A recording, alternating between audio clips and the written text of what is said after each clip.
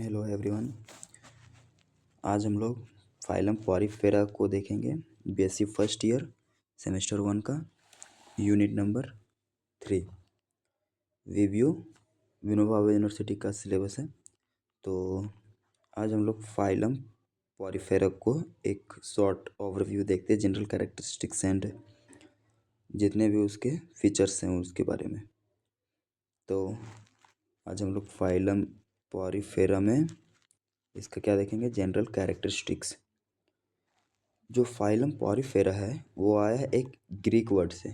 कहाँ से आया है? एक ग्रीक वर्ड से, जिसका मतलब होता है पोरी, मतलब होता है पोर बियरर, एंड फेरा मतलब होता है टू पोर बियरर, मतलब पोरी मतलब होता है पोर, एंड फेरा मतलब होता है बियरर। तो इसके जनरल कैरेक्टरिस्टिक्स में हम लोग देखेंगे phylum Porifera commonly called sponge. जो फाइलम पॉरीफेरा होता है उसको हम लोग कॉमनली क्या बोलते हैं? स्पॉन्ज। Having 10,000 species. इसके कितने स्पीसीज है? 10,000 स्पीसीज हैं ऑल टोटल, आज तक जितने भी खोज हुए उसमें से। अबाउट 17th सेंचुरी, मतलब 17वीं शताब्दी में जो है स्पॉन्ज को कंसीडर किया जाता था किसमें? प्लांट में। क्योंकि उस समय उतना डेवलप नहीं था, वो भी इन्वायरमेंट जितना भी वो करना था इवॉल्व वगैरह, तो इवोल्यूशन उतना ज़्यादा हुआ नहीं था, या फिर टेक्निकली हम लोग बोल सकते हैं कि उतना इंस्ट्रूमेंट का डेवलपमेंट नहीं था, कि उतना अच्छा माइक्रोस्कोप का डेवलपमेंट नहीं हुआ था कि मतलब पॉरीफेरा को मतलब डिटेक्ट किया जा सके, तो इसलिए उसमें प्लांट में कंसीडर किया जाता था बस। बट 1965 में 1765 में एलिस नाम के एक साइंटिस्ट थे। उन्होंने डिस्कवर किया स्पॉन्ज को एज अ प्लांट एनिमल के रूप में उसने प्रूफ किया। क्या किया? एनिमल उसको बोला। इसको मिटा देता हूँ मैं, ताकि आप लोग साथ के साथ पढ़ सको। रॉबर्ट ग्रांट एक साइंटिस्ट थे, फिर आए रॉबर्ट ग्रांट 1825 में। उन्होंने टर्म दिया पॉरीफेरा। उस ऑर्गेनिज्म का तब तक नाम नहीं हुआ था नॉमेनक्लेचर, तो उसका नाम दिया गया पॉरीफेरा। अब हम लोग देखते हैं उसका हैबिटाट कि पॉरीफेरा जो है वो रहता कहाँ है। तो पॉरीफेरा आर मोस्टली मेराइन, मतलब समुद्री पानी में रहता है, मतलब समुद्र में पाया जाता है। बट उसका एक फैमिली जो है स्पोरेंजिलिडे फैमिली, दैट इज उसका एग्जांपल है स्पॉन्जिला, वो फ्रेश वाटर में रहता है। कहाँ रहता है? साफ पानी में, जैसे समुद्र में नहीं, झील में, नदी में, ये वाले रीजन में। तो उसका हैबिटाट हम लोग जान लिए। और वो क्या होते हैं? सॉलिटरी मीन्स लिव अलोन, मतलब अकेला रहता है, या फिर कॉलोनीज में रहता है, मतलब ग्रुप में रहता है। दे आर सेसाइल, मतलब सेसाइल का मतलब ही होता है मूव ना करने वाला, एक जगह स्थिर रहने वाला। या फिर सेडेंट्री है। सेडेंट्री मतलब होता है एक किसी, जैसे ये एक स्टोन है, इसके ऊपर ये अटैच कर गया, पॉरीफेरा इसके ऊपर अटैच कर गया ऐसे, तो इसको बोलते हैं sedentary.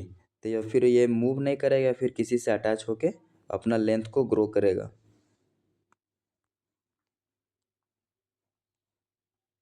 They grown like a plant to attach with substratum, वही हमने बोला कि वो प्लांट के जैसा है, एक सबस्ट्रेटम से अटैच करके वो ग्रो करता है।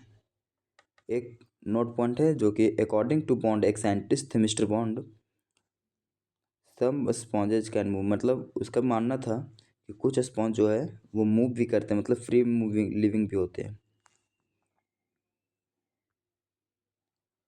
उसका बॉडी शेप क्या था पॉरीफेरा का, वो बताया गया है। तो उसका बॉडी शेप था मोस्टली सिलेंड्रिकल, मतलब ये जैसे ये होता है उसका बॉडी शेप, ये इसका ओस्टियोब्लास्ट हो जाता है, कुछ इस तरह का उसका शेप होता है। तो हम लोग बोल सकते हैं कि Porifera are cylindrical in shape.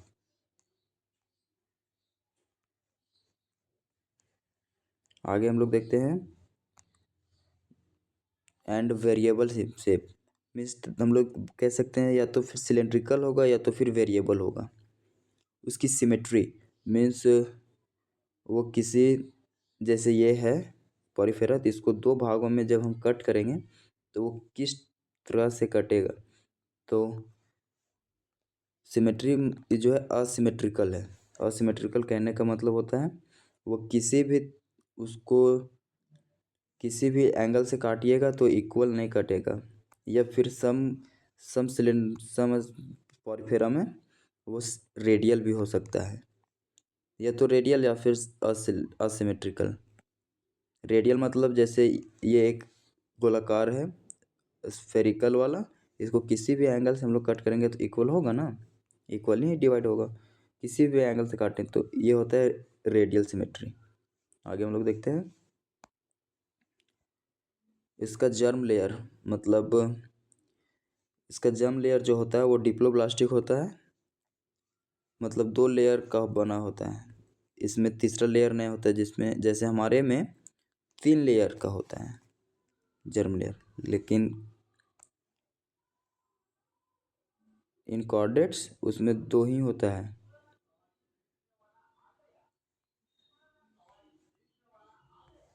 आगे देखते हैं उसमें क्या क्या होता है जर्म लेयर में। द इन एडल्ट वाल कंटेंट, जो एडल्ट पॉलीफेरा था उसका वाल कंटेंट करता है आउटर लेयर, जिसको बोलते हैं हम लोग पिनाइकोडर्म, या और जो कि पिनाइकोडर्म है वो पिनाइकोसाइट सेल से बना होता है।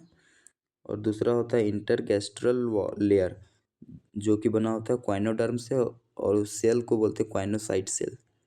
और उन दोनों, जैसे बताते हैं आप लोग को, ये दोनों जो है, ये दोनों एक लेयर हो गया, ये दूसरा लेयर हो गया, इस दोनों के बीच में एक जेलेटिनस सब्सटेंस भरा रहता है, जिसको हम लोग बोलते हैं मेसोगिलिया। मेसोगिलिया, ठीक है। आगे देखते हैं बॉडी ऑर्गेनाइजेशन। उसका बॉडी है किस लेवल के बना हुआ होता है, सेलुलर लेवल या फिर tissue level, organ level, organ system level. तो पॉलीफेरा जो है वो टिश्यू लेवल ऑर्गेनाइजेशन उसके पास होता है, टिश्यू लेवल। और उसके पास नर्वस सिस्टम नहीं होता है, सर्कुलेटरी सिस्टम जो है एब्सेंट होता है।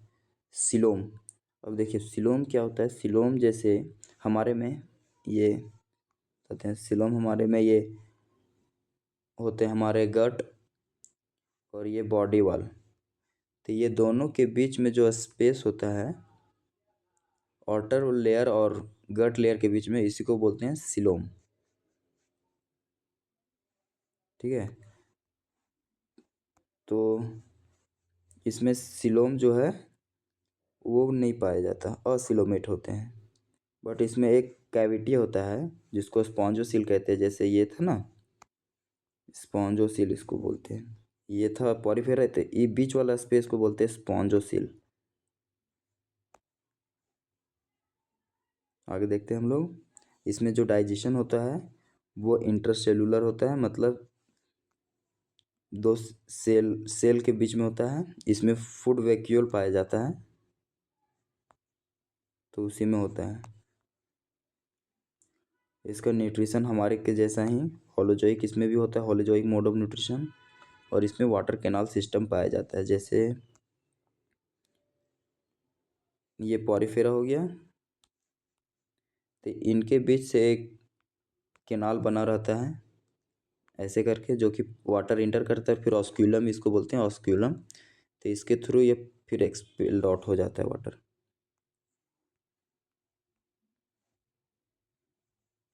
आगे देखते हैं हम लोग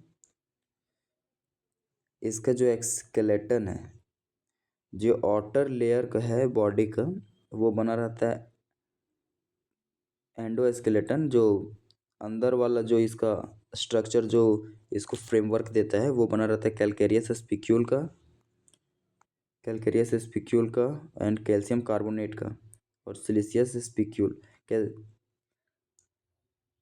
कैलकेरियस का मतलब होता है वही कैल्शियम कार्बोनेट, CaCO3।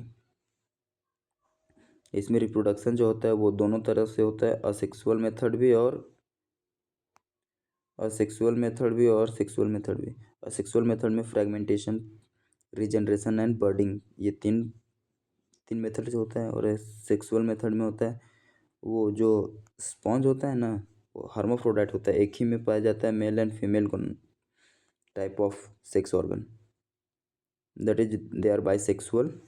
आप लोग देख सकते हैं, दे आर बाइसेक्सुअल होता है एंड फर्टिलाइजेशन जो है इंटरनल होता है।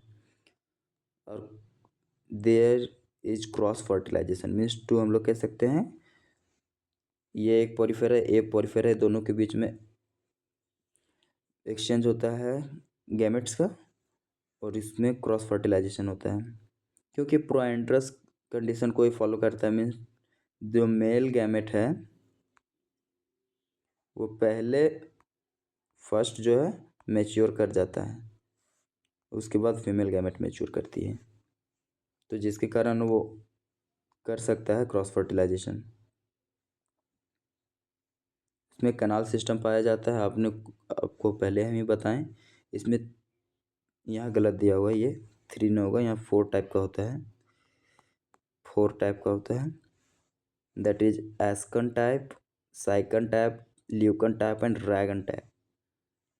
ये 4 तरह का कैनाल सिस्टम होता है, जिसका एग्जाम्पल होता है स्काइफा, एस्कन का स्काइफा, इसी को बाथ स्पॉन्ज भी बोलते हैं। ये होता है कुछ साइकन का डायग्राम। आगे के क्लासिफिकेशंस और इन चारों को अलग से डिफाइन करेंगे हम नेक्स्ट लेक्चर में। तब तक के लिए ओके, थैंक यू।